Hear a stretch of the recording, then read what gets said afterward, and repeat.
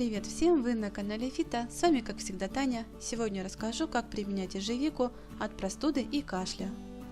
Растение обладает свойствами, полезными для лечения простудных заболеваний, такими как общеукрепляющее, жаропонижающее, кровоочистительное, мочегонное, патагонное, дезинфицирующее, успокаивающее.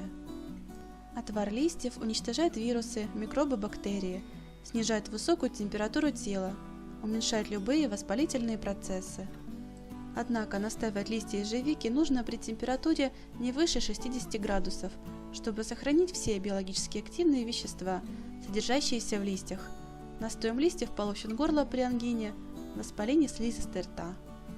Отвар веток также используют как успокаивающее при повышенной возбудимости, нервных расстройствах, истерии, бессоннице, климаксе с приливами, нарушении менструального цикла, болезненных менструациях.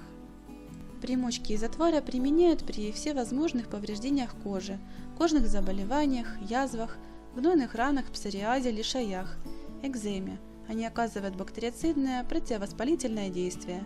При заболеваниях суставов делают примочки из отвара, компрессы из распаренных листьев. Ежевика богата железом и показана при анемии, пониженном гемоглобине, гипертонии и атеросклерозе.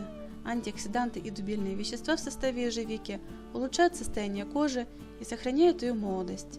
При кровоточивости десен применяют настой для полоскания полости рта, который имеет кровоостанавливающие свойства.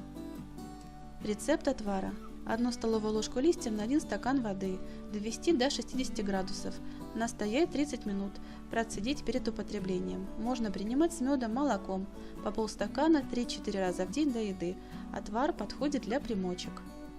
Настой для полоскания рта. 4 столовые ложки измельченных листьев ежевики залить 2 стаканами воды 60 градусов и настаивать в течение получаса. Противопоказаниями по применению листьев и веточек ежевики являются индивидуальная непереносимость, беременность и лактация. В нашем магазине Фита вы сможете найти ягоды и листья ежевики. Надеюсь, мой ролик был вам полезен. С вами была Таня. Всем пока!